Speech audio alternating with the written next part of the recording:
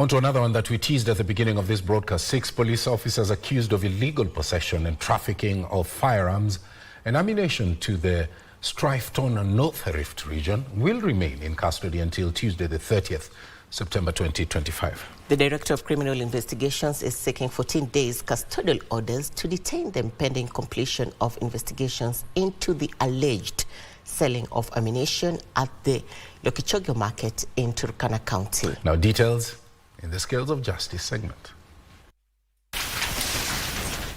Before a Milimani's Chief Magistrate Court, 6 police officers found themselves on the other side of the law following their arrest on September 26 this year in Eldoret and Nairobi in a sting operation by DCI officers. The court was informed that the operation recovered several weapons, which investigators say point to their likely involvement in the sale of ammunition at the Lokichogyo market near the Kenya-South Sudan border.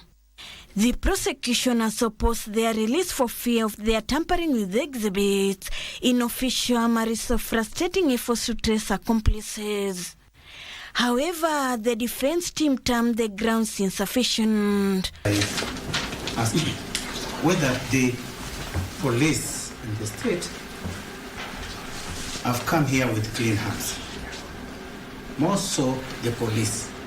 They want you to detain the respondents for 14 days, knowing very well that these respondents have fundamental rights. Chief Magistrate Lucas Onyina will give his ruling Tuesday afternoon. Meanwhile, 3 suspects of the Fighting Brutality and Impunity Movement FBI party Kosoi the 6th, Jackson Kuria alias Kop Shakur, and Hiram Kimathi were charged at Kahawa Anti Terrorism Court for wearing Kenya Defence Forces uniform without authority. Their defense counsels Abna Mango and Pius Onyango have argued that the prosecution and the DCI failed to demonstrate which security agency the uniforms belong to.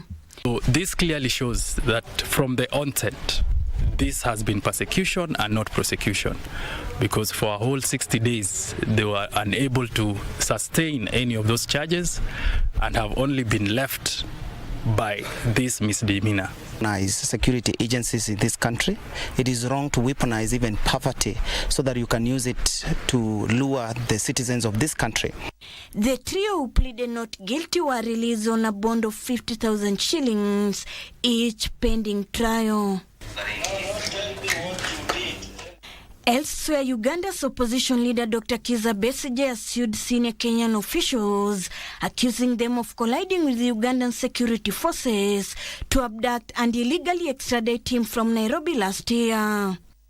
Appearing before Justice Chacha Mwita, Besigye's lawyer, senior counsel Martha Karua, and James Wanjeri informed the court that Besigye and his fellow Ugandan Haji Lutale was seized on November 16, 2024 at a riverside apartment in Nairobi by armed men who introduced themselves as Kenyan security police.